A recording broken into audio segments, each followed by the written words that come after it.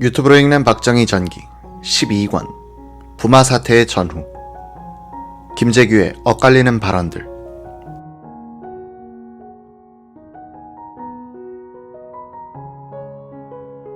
김재규는 10월 18일 오후 항공편으로 부산에서 서울로 올라갔다. 그는 11.6 사건의 재판 과정에서 이렇게 진술했다. 부산 사태는 그 진상이 일반 국민에게는 잘 알려지지 않았지만 굉장한 것이었습니다.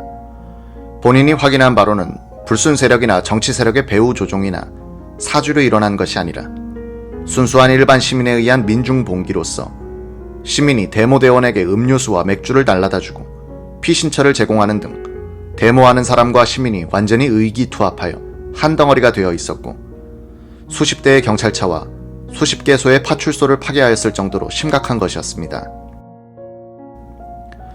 본인이 부산을 다녀오면서 바로 박 대통령에게 보고를 드린 일이 있습니다.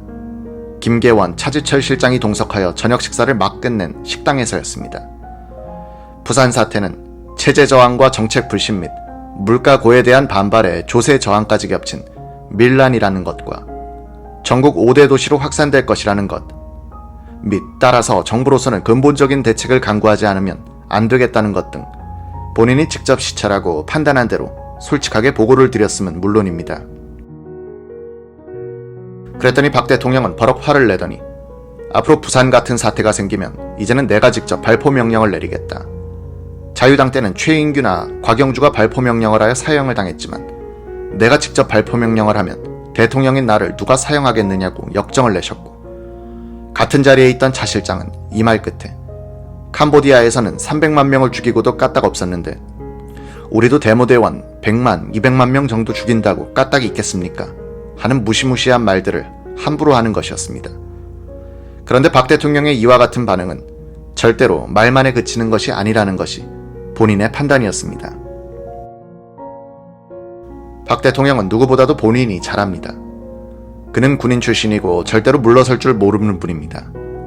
더구나 10월 유신 이후 집권욕이 애국심보다 훨씬 강해져서 심지어 국가의 안보조차도 집권욕의 아래에 두고 있던 분입니다. 이승만 대통령과 여러모로 비교해봤지만 박 대통령은 이 박사와는 달라서 물러설 줄을 모르고 어떠한 저항이 있더라도 기필코 방어해내고 말 뿐입니다. 4.19 같은 사태가 오면 국민과 정부 사이에 치열한 공방정이 벌어질 것은 분명하고 그렇게 되면 얼마나 많은 국민이 희생될 것인지 상상하기에 어렵지 아니한 일이었습니다. 그런데 4.19와 같은 사태는 눈앞에 다가왔고 아니, 부산에서 이미 4.19와 같은 사태는 벌어지고 있었습니다. 김재규는 1979년 초에 일어난 이란 혁명에 대해 연구를 시킨 적이 있었다. 일반 시민의 봉기를 제압하는 것이 매우 어렵다는 얘기를 평소에 자주 했다. 그는 부산 사태의 현장 시찰을 하고 서울에 올라와서는 부산에 연구가 있는 간부들을 현지로 내려보내 사태의 원인을 분석하도록 지시했다. 부산 시위 현장에 다녀온 직후에 김재규를 가장 가까이에서 관찰했던 사람은 김봉태였다. 김재규 부인의 여동생, 남편으로서 의사인 김봉태 씨는 퇴근 뒤 거의 매일 남산기슭의 정보부장 공관으로 손위 똥서를 찾아갔다. 김재규 부부와 저녁을 먹으면서 가끔 충고를 하기도 했다. 김 씨는 이렇게 기억했다.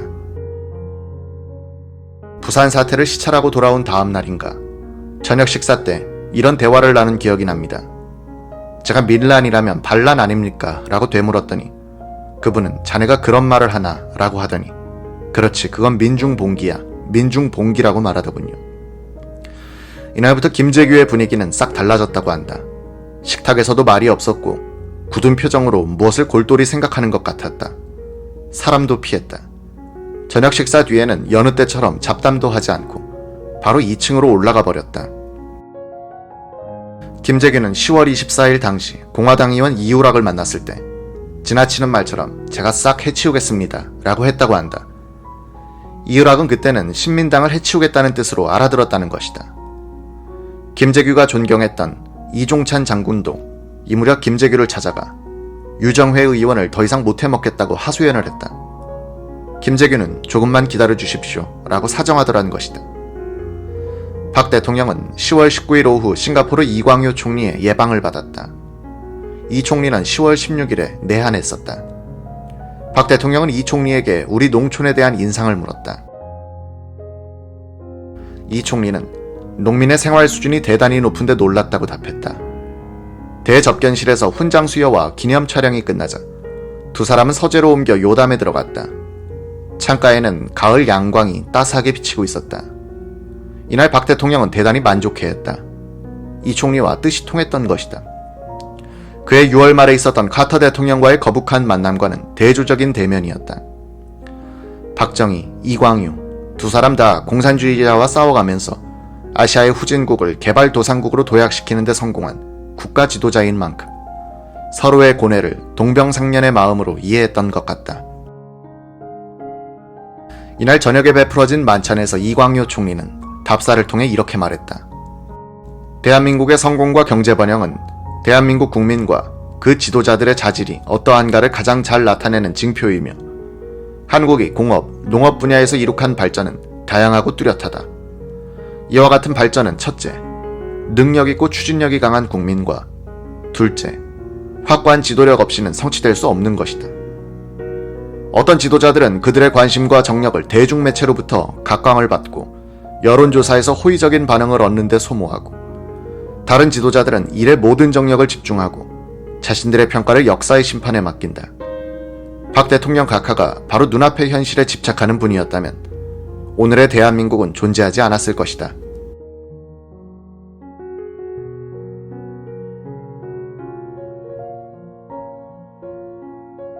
그러나 이날 밤에도 마산 시내에서는 격렬한 폭동이 이틀째 계속됐다.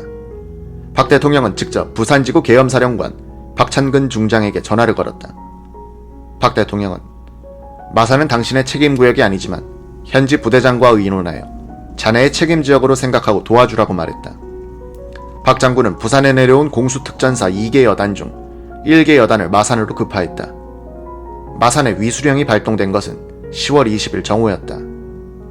마산 지역 사단장 조옥식 소장은 경남지사의 요청에 의해 국방장관의 승인을 얻어 마산시 일원에 위수령을 발동한다고 했다. 위수령은 그 지역 행정 책임자의 요청에 의해서 내려지게 돼 있지만 김성주 당시 경남지사는 병력을 요청한 사실이 없었다. 모든 실제 행동은 청와대 주변의 권력 핵심에서 이뤄졌고 발표는 요식 행위에 지나지 않았다. 박 대통령은 신속한 강경 진압책과 함께 시국 수습 방안의 연구를 직접 지시했다. 20일쯤 박 대통령은 공화당 신영식 사무총장에게 전화를 걸어 시국 수습에 관한 당 의원들의 의견을 수집 보고하라. 발언 내용에 대한 일체의 책임은 내가 질 테니 정확한 보고를 올려라 라고 명령했다. 정보부뿐만 아니라 경찰, 검찰, 행정조직 그리고 차지철의 사적인 정보기관까지 정권의 모든 촉각은 부마 사태의 원인 규명과 그 대응책 수립 쪽으로 가동되기 시작했다.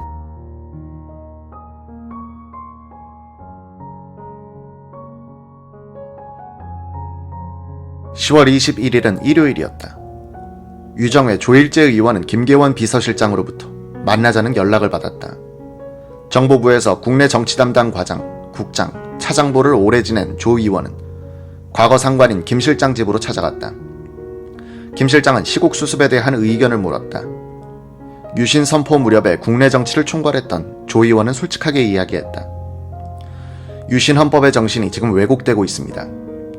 당초의 헌법 정신은 박 대통령이 당적을 갖지 않고 초당적 차원에서 국정을 통괄하고 국무총리는 야당도 될 수 있도록 한 것입니다. 이원 집정제적인 요소가 있는 헌법입니다. 그래야 대통령이 국회의원의 3분의 1을 지명할 수 있는 정당성을 갖게 되는 것 아닙니까? 그런데 박 대통령께서 공화당 총재직을 맡아 여당의 당수가 되셨습니다. 야당 입장에서 보면 정권 장악이 구조적으로 불가능하게 된 것입니다. 그러니 극한 투쟁이 안 될 수 있겠습니까? 이제는 우리나라의 체구도 커졌으니 옷을 갈아입어야 합니다. 박 대통령이 공화당 총재직을 내놓고 국방, 통일 문제 등 큰 줄기만 붙들고 자질구레한 건 민주화시켜야 합니다. 김 실장은 무릎을 탁 치며 말했다. 그 며칠 전 박 대통령이 김 실장 아무리 생각해도 내가 공화당 총재를 맡은 건 잘못된 것 같아 라고 말하더란 것이다. 10년간 대만에서 대사 생활을 하는 바람에 국내 정치 정세에 어두워진 김 실장은 무슨 뜻인지 몰라 가만히 있었다는 것이다. 김 실장은 그런 질문을 다시 할지 모르니 건의서를 하나 써달라고 부탁했다. 이 날짜 내외 통신에 따르면 북한은 10월 20일에 이른바 조국전선 중앙위 긴급 확대 회의를 소집한 데 이어 10월 21일에는 평양시 군중대회라는 걸 열고 부산 사태의 전국적인 확산을 겨냥하여 한국 대학생 및 시민들의 반정부 투쟁을 극렬하게 선동했다는 것이다.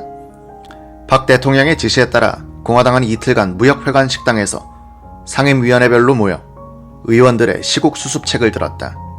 식당 문을 닫아 걸고 기자들의 출입도 막았다. 신영식 사무총장은 발언 내용은 내가 책임진다는 박 대통령의 말을 전하고 한 사람도 빠지지 말고 이야기해야 한다고 했다. 오랜만에 언론 자유를 얻은 여당 의원들은 솔직한 이야기들을 쏟아놓았다. 정보부장을 바꾸라. 청와대 비서실을 개편해야 한다. 후계자를 빨리 부상시켜야 한다는 이야기에 이어 각하께서 한번 쉬시는 게 좋겠다는 말까지 나왔다. 신 총장은 이 발언들을 첨삭하지 않고 충실히 기록하여 두툼한 보고서를 만들었다. 청와대로 이 보고서를 가져가기 직전인 24일 대통령 비서실에서 전화가 왔다. 각하께서 그 보고를 안 듣겠다고 하십니다. 백두진 당시 국회의장은 이 무렵 김재규의 직접 전화를 받았다. 부마 사태를 조종한 것은 공산계열인 난민전 조직이라는 증거가 나오기 시작했다는 내용이었다. 김 부장의 이 통보는 부산 수사진의 보고를 그대로 전한 것으로 보인다. 김정섭 제2차장보도 12.6D 계엄사 합동수사본부에서 조사를 받을 때 부마 사태의 배후 조직을 난민전, 기독교 개통, 불평불만 분자라고 진술한 것으로 미루어 난민전 조종 쪽으로 수사 방향이 기울고 있었던 것 같다. 당시 부산의 수사진은 서울에서 내려와 시위를 지휘하다가 현장에서 연행된 운동권 학생 황모 씨를 난민전이라고 착각하여 조사를 벌이고 있었는데 이것이 과장 보고된 듯하다. 10월 18일부터 25일 사이 김재규는 부마 사태에 대해 매우 엇갈리는 말을 했다. 측근들이나 지인들에겐 사석에서 부마 사태가 장기 집권에 대한 염증에서 비롯됐고 배후는 없다고 말하곤 했지만 공식 회의에서는 상투적인 원인 분석 결과를 보고하곤 했다. 임방현 당시 청와대 대변인은 이렇게 기억했다. 관계자 회의에서 김재규는 부마 사태의 주모자를 첫째 신민당, 둘째 학생, 셋째 제5열의 개입 등 세 갈래로 추정, 조사를 하고 있다고 보고하는 것을 들었다. 박 대통령을 마주보지도 못하고 아래로 시선을 비껴던진 채 풀죽은 표정으로 보고서를 읽고 있었다. 정보부장이 저런 애매한 보고를 해서는 곤란하다는 생각이 들었다. 김치열 법무장관도 비슷한 느낌을 받았다. 안보회의에서 김재규의 보고사항 중 신민당이 조종했다는 내용이 분명히 들어있었다. 나는 다른 계통으로 부산 사태에 대한 정보를 받고 있었으므로 저게 아닌데 하는 생각을 했다. 김재규는 부산 사태를 현지 시찰하고 돌아온 직후 정보부 간부들을 모아놓고 이런 말을 했다. 부산에 가보니 300만 시민 중 70% 이상이 유신 체제를 지지하고 30% 이하가 반대하는 정도의 민심이다. 부산 시가나 항만은 유신 후에 눈부신 발전을 하고 있어 일부 시민이 호응했다고 해도 행정관청에서 과감한 시정만 하면 곧 회복될 것이다.